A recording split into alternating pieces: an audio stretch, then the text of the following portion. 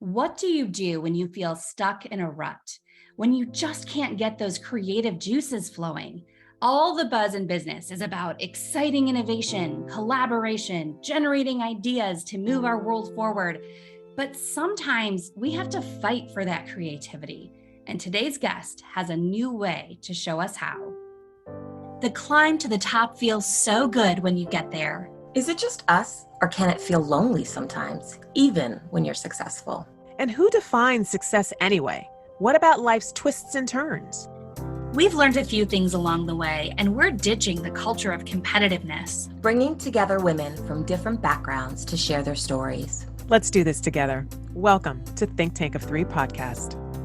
If you've ever said you're just not creative or that you're losing your edge, this podcast is for you. Welcome to the show. I'm Julie Holton with Riccia Candidate Capisaurus. Audria taking a brief break. So our third today is our guest. Allison Spooner is an author and says she knows that creative rut all too well, but she was able to climb out of that hole to write 4 books. Allison, welcome to the Think Tank of Three podcast.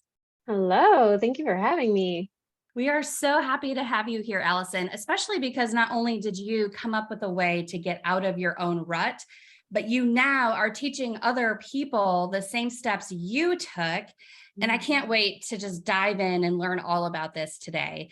Allison is a dear friend of mine, one of the creative minds behind the Artist Umbrella. It's a variety show in Lansing that shines a spotlight on community and creativity of all kinds. Allison, you say that no matter what you do, you need to be creative and that all people have it in them.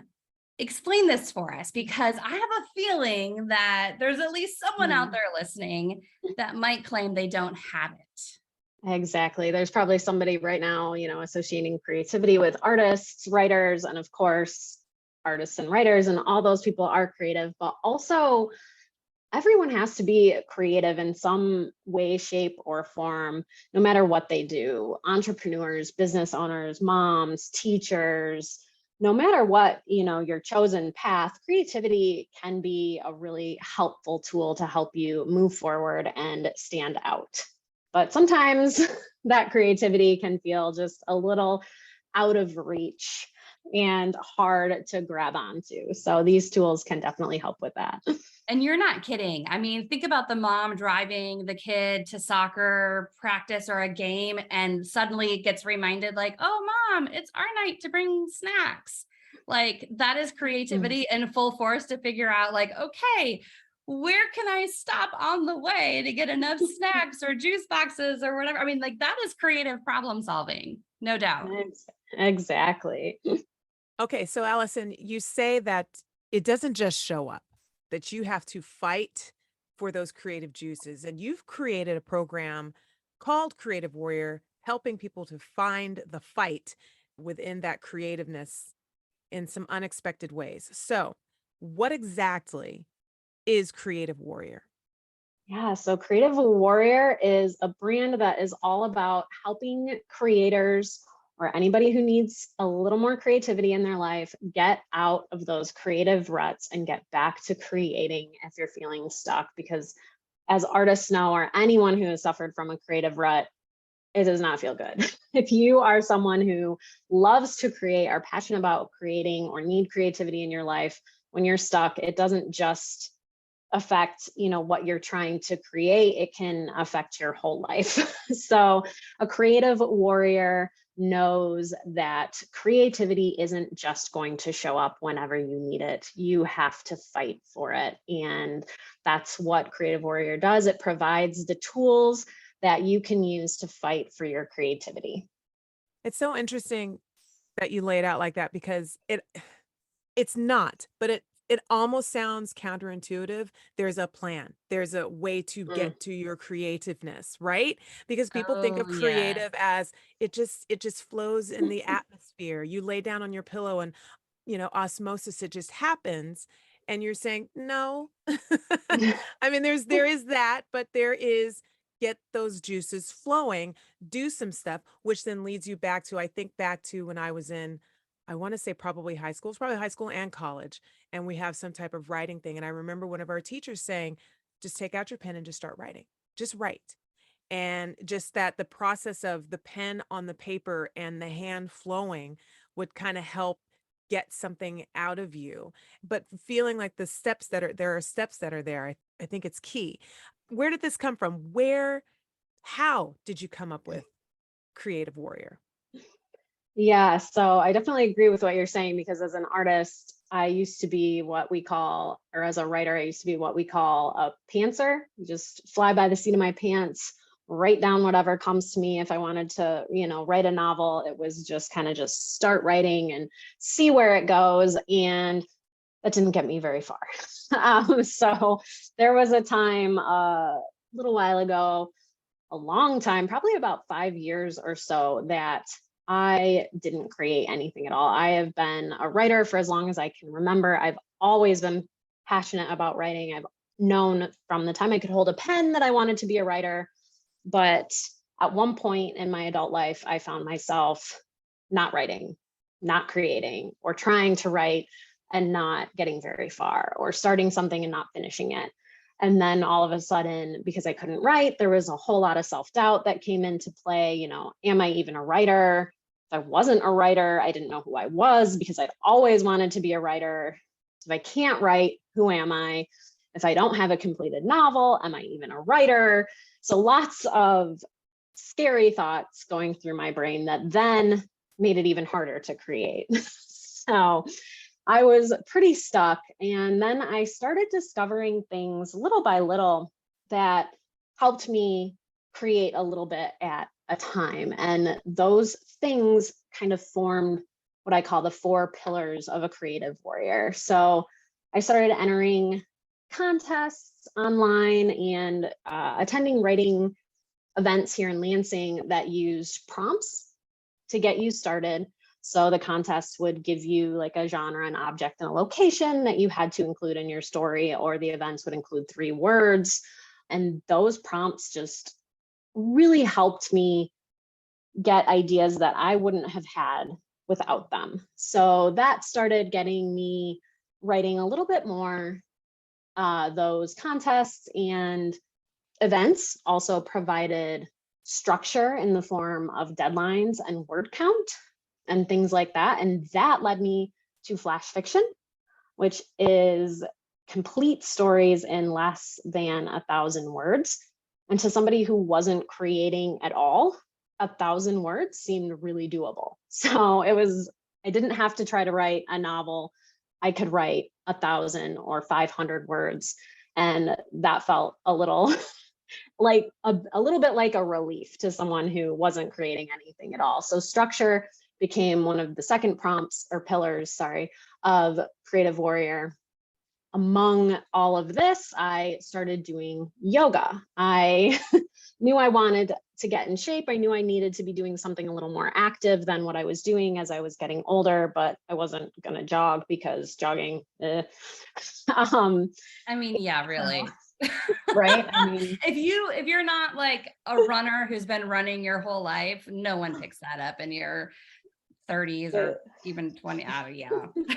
I'm with you. I'll walk forever. I will walk forever with you. And this is coming from the track and field person. I will walk anywhere. I don't run. Exactly. As Ann Perkins says, I know it gets you healthy, but at what cost? So I didn't want to run. So I found yoga. I discovered that. And then as I was doing yoga more and more, I also discovered that it can help you feel more creative by nourishing your sacral chakra. And I won't get into that right now. Chakras are really interesting, really complex points in the body that can impact different energy and emotions throughout the body. So I won't get into that, but yoga can nourish your creative center and help you feel more creative, which I was like, oh my gosh, this has to be one of the biggest, best kept secrets in terms of, creativity, that yoga can help you be more creative. I hadn't heard that before. So that was kind of a light bulb moment for me. So yoga is another pillar of the Creative Warrior, and community. So by entering these contests, starting to go to writing groups and be more involved with other writers, I discovered that community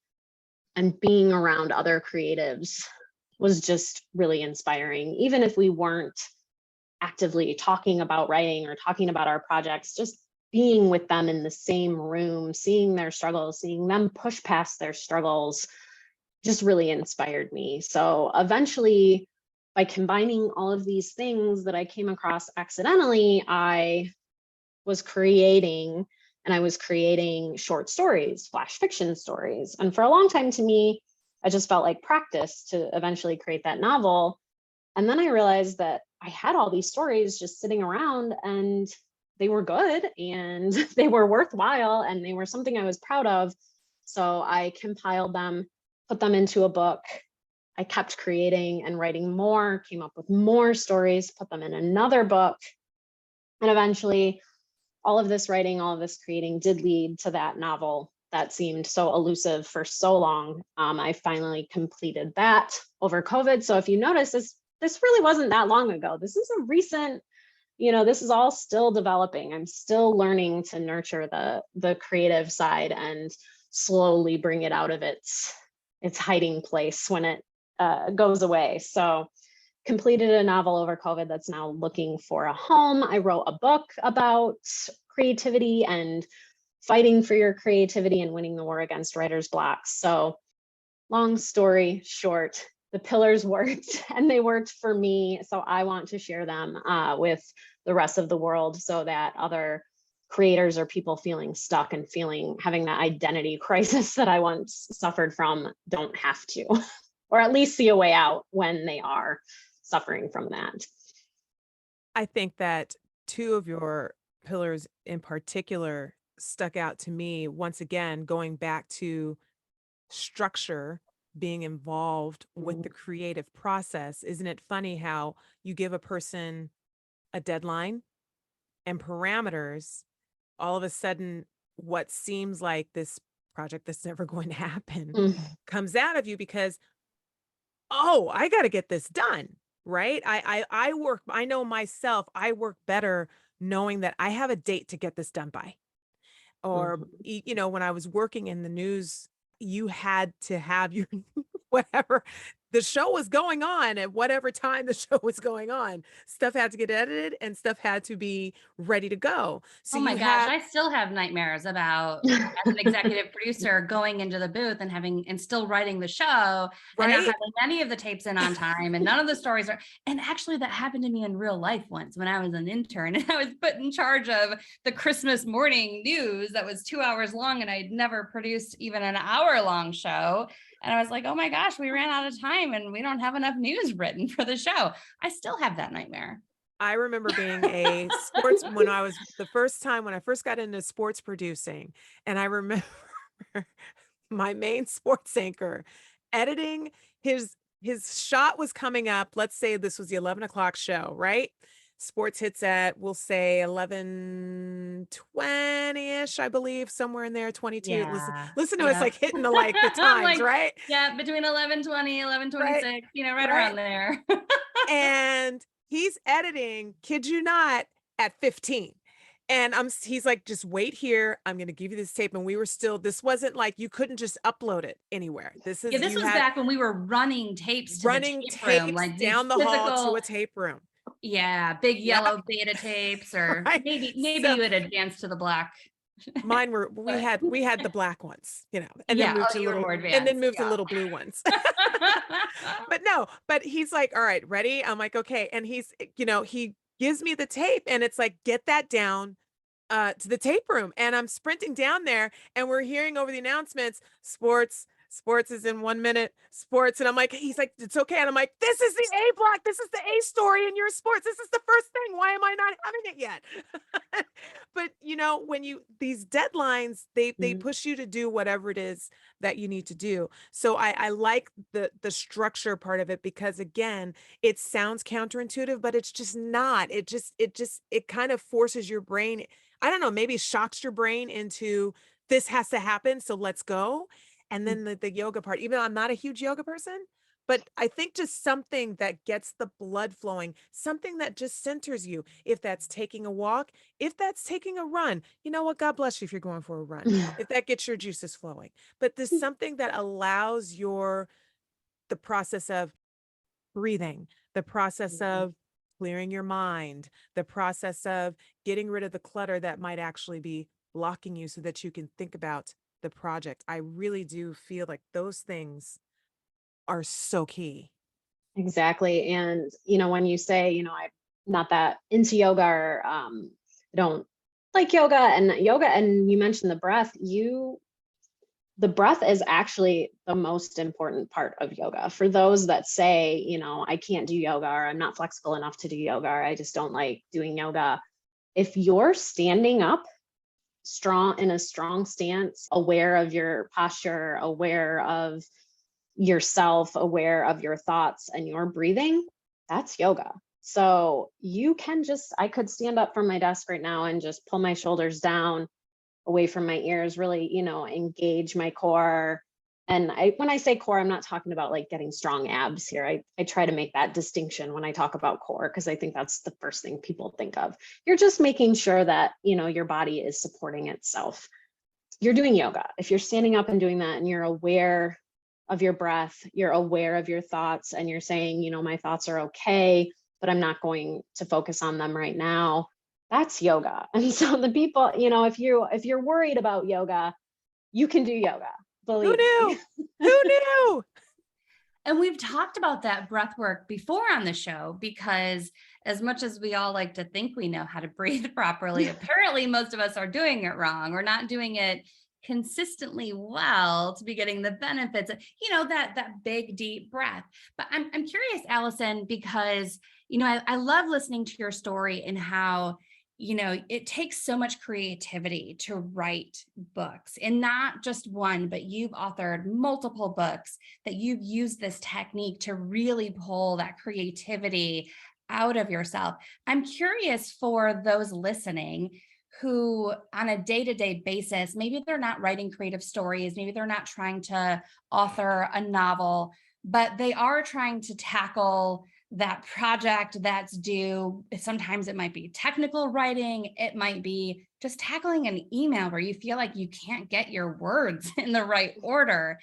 Can you talk us through how do these steps help, even with what we might think of as kind of like the mundane things that we need to do, but actually do take some creativity just to pull it out of us?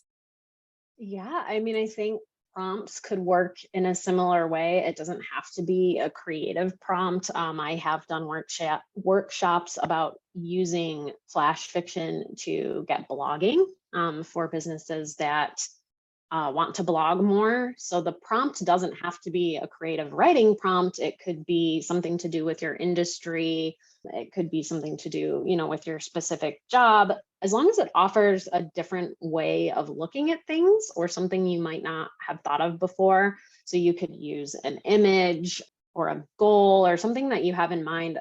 Take a moment, look at it, let it sink in, let whatever thoughts kind of come to your brain, let them come, maybe write them down freehanded. I like to do my brainstorming by hand before I start typing. So take a look at that prompt, or whatever you're using for a prompt, write down by hand whatever you think of that comes to mind immediately, and then walk away.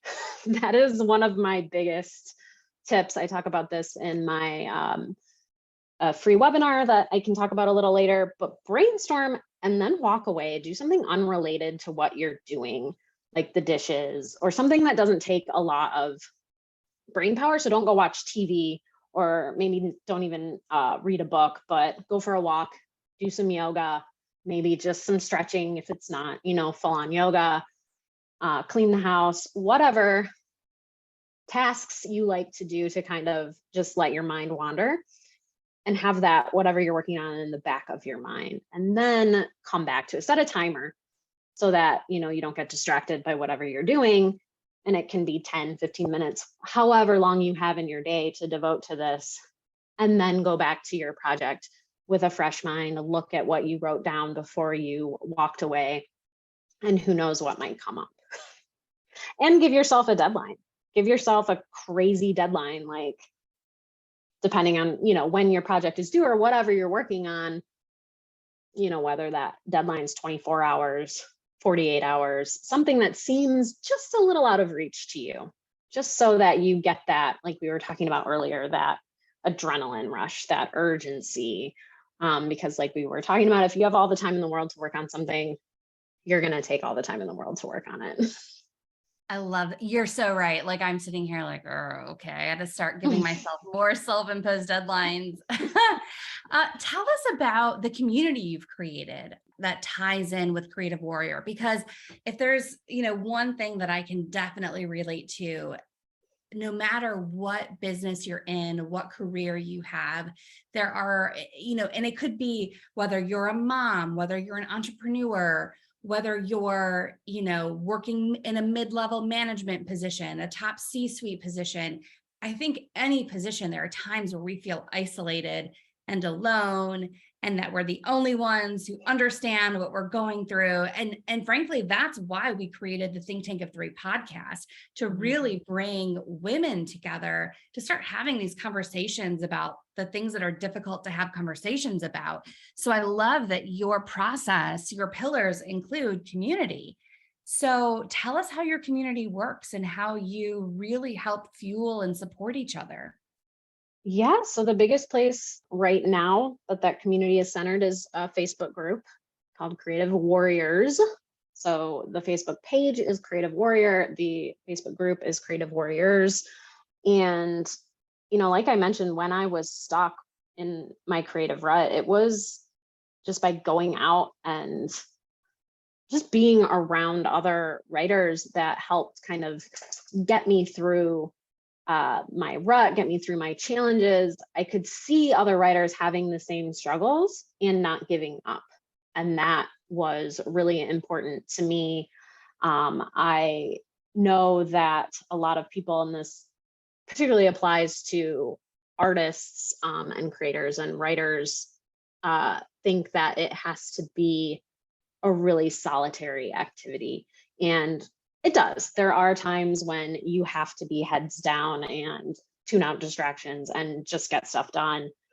But it's also really important to be able to rely on other people and bounce ideas off of other people. So when I say community, it doesn't have to be a community, because I know a lot of writers don't like to be around a lot of people, and that's fine. Find a writing partner.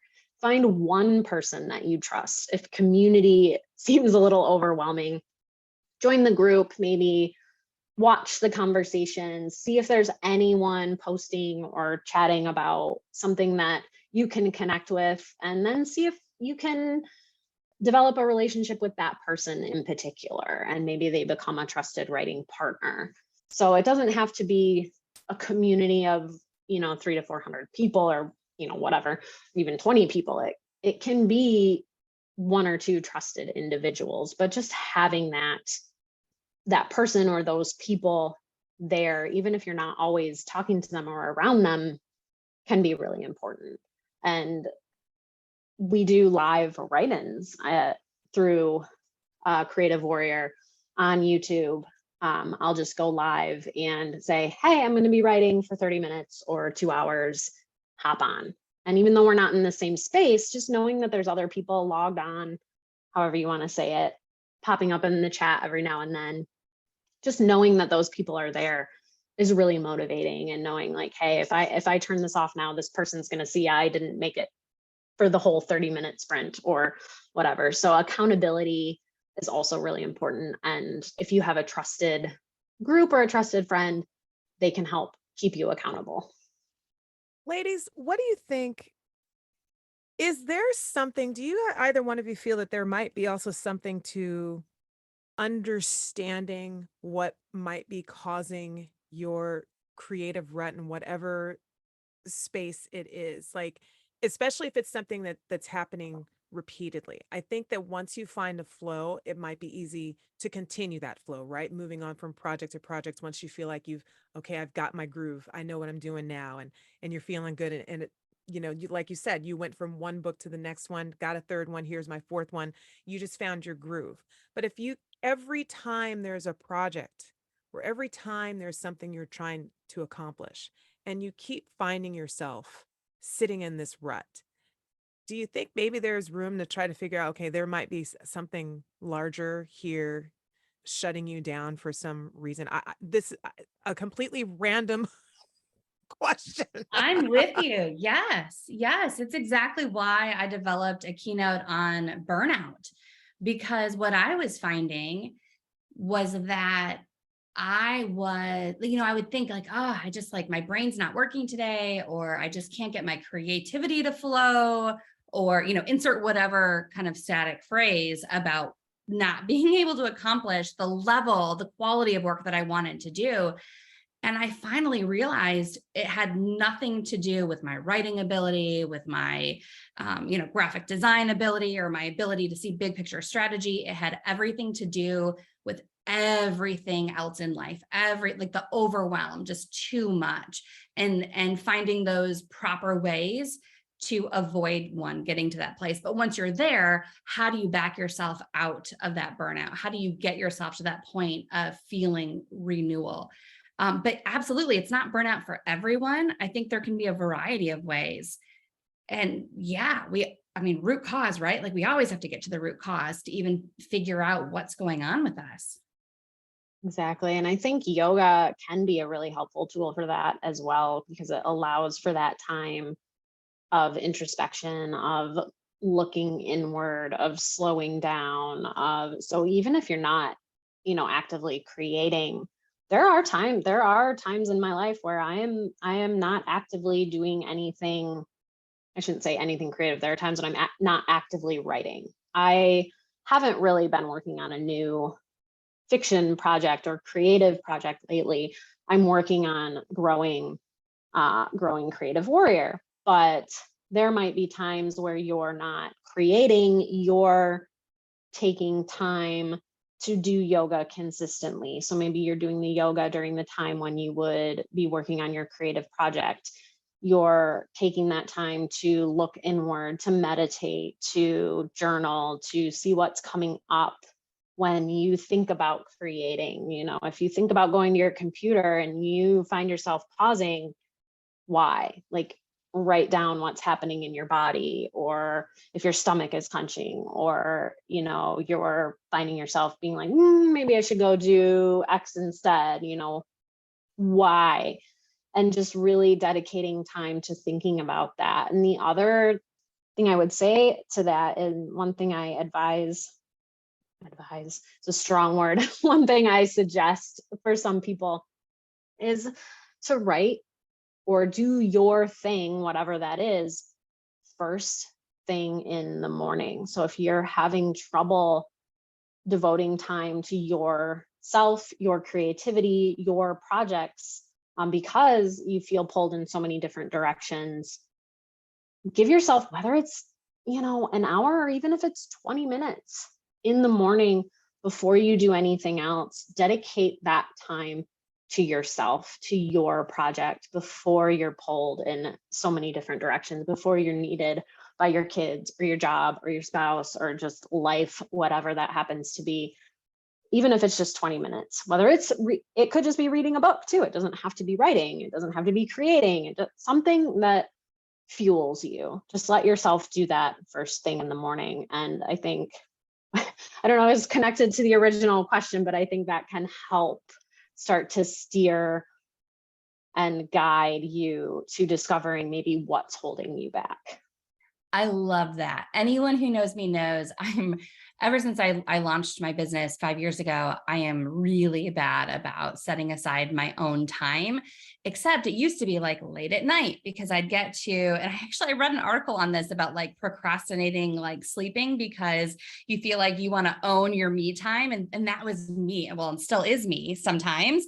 But so my problem was I would get up really early and hit the ground running and start working right away, like reading email before I'm even like fully dressed and ready for the day. So I'm already in work mode before I leave my bedroom. Well, no more, ladies. I am here to tell you that I have officially, it's been a few months now, so I would say officially I'm in a new routine. I finish an entire cup of coffee before I even open my email.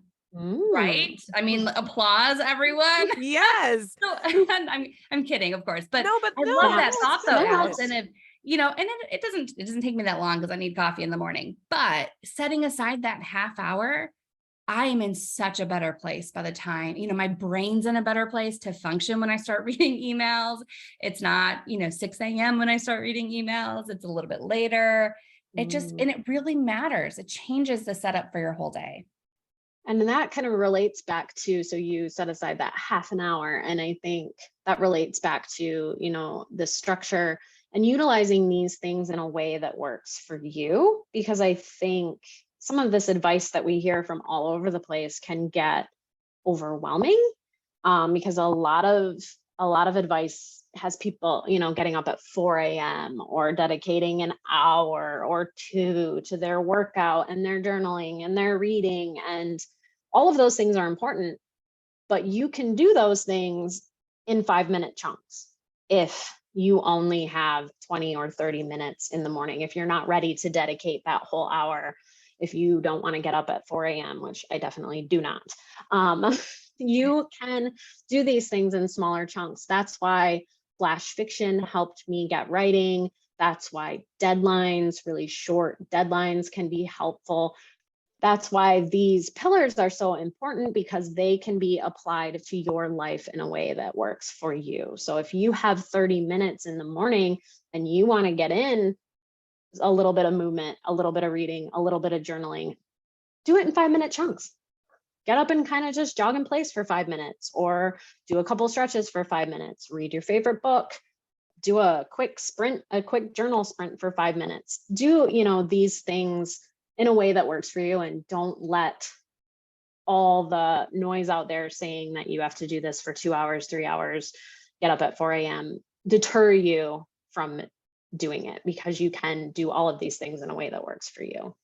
Honestly, I think the 5-minute chunk is probably the easiest one to fit, because I can hear the working mom or even the stay-at-home mom saying, I don't 30 minutes for coffee. You go, girl. But even if it's just breathing, right? Even if it's just, because I've seen that there's a sign, there are little posters, don't talk to me, I haven't had my first cup of coffee yet. I'm not a coffee drinker, which is fine, but there is something to be said about, let me just take a couple of deep breaths. I say this having not yet practiced this, but I'm just impressed you don't drink coffee. Right? Girl, we were driving back from a hockey tournament from Hershey, Pennsylvania, and it was the first time in my life that I was just like, I really wish I was a coffee drinker. Leaned over the steering wheel, so tired. And I'm like, I want some caffeine. Aww, breathing. But, apparently you're just gonna start breathing now. Just breathing. Alex, my husband, Alex, is just like asking me questions and saying stuff to me, and even saying stuff that's annoying. And I'm like, what are you doing? He's like, I know you're tired. I'm trying to keep you awake. You're making me angry. He's like, is it working? Ooh, I like that tactic. But to what I wanted to actually say was, I even if it's just take 5 minutes to just not hear anything except your breath, your heartbeat, your moment, for whatever it takes. If it's just 5 minutes, if that's all you think you can give yourself, then that's all you give yourself for that part of the day, and then come back to it later. I've got 5 minutes here. Let me take this 5-minute break for myself. If you are in the office building, let me close the door, close my blinds. I've got 5 minutes, and I'm going to take these 5 minutes, and I think people don't really give themselves the credit or the ability to say, I can take 5 minutes, because you absolutely can. If you have time to go to the bathroom, you have time to go take your 5 minutes to just breathe, just take a breath. And apparently that too is yoga. So look at you, you're a yogi and you didn't know it. I'm a yogi and I didn't even realize it. Didn't even know. You're learning. Allison, this has been awesome. I really have loved having you on the show. You've just given me so much to think about. I'm even thinking, Risha, about what you just said about the 5 minutes, because how often do we hear too, the 5 minutes will turn into 10 minutes, will turn into 15 minutes, and forget all of that. Just focus on the 5 minutes. Because of course I wanted to make a joke about like the new 5-minute workout routine that I'm going to start. Right. And then my mind started going to like, oh, and then it'll be 10, and then it'll be an hour, and then it'll be, I'll be working out 5 times a day. And Like, and then that overwhelm sets in where I'm like, oh my gosh, well, I'm not taking the 5 minutes because then I'm going to feel pressure to do more. No pressure. 5 minutes. I love that. Do not talk yourself out of 5 minutes. Allison, before we go, we collect advice, as you know, on the podcast from each of our guests. So we have 3 rapid fire questions for you. Are you ready? I think so. Is there a lesson that you've recently learned that you wish you would have learned earlier in your career? It's not going to look like you think it's going to look. However you want to apply that, whatever you want to apply it to. It's supposed to be rapid fire, but I always thought, my first book would be a published novel. It ended up being a collection of short stories. It's still a book. I'm still a writer. It's not going to look how you think it's going to look. I love that. It's not going to look how you think it's going to look. And that's okay. That's 100% okay. That's fantastic. What one piece of advice would you offer to any woman? It's not selfish to devote time to the things you love. Love it. All right, last question. In today's professional setting, what is the most important skill for women? Drown out the noise. Like what we were just talking about, drown out everything that's telling you have to get up at 4 a.m. You have to do this for an hour. You have to do this. If you start with 5 minutes, you have to eventually move to 20 to 30. Drown out the noise, whether it's criticisms or what you have to do or what you should do. Just learn to, look inward, listen to yourself, and drown out the noise. Find a way to give yourself the hand. Talk to the hand. Give everyone else the hand. Give everyone else the hand and talk to the hand. And you take 5, right? Hand 5. Yes. There you go. We've come up with something new. Talk to the hand. Here's We have a new 5. tagline for you, Allison. There you go. Outstanding. Hey, Allison, where can our listeners connect with you online? Oh, everywhere. I'm on all the things. On Facebook as Creative Warrior. If you want to be a part of the Creative Warrior community, you can find that group as Creative Warriors. I have a YouTube channel where I post yoga flows for writers, advice for writers, writing sprints. I have prompts attached to 25-minute chunks of time where you can use the prompt and just sit and write. creativewarrior.club. I do also have a website. And we will sorry, Julie, I'm on Instagram as well. And we will post all of those links in our group. How about that? Think Tank of 3 podcast group. We'll post all those links for you so you can easily get to Allison and all of her socials. Allison, thank you again so much for being on the show. It has been an absolute pleasure. Even got some fresh thinking from my own mind as well. So thank you again. And that is all for this episode of Think Tank of 3.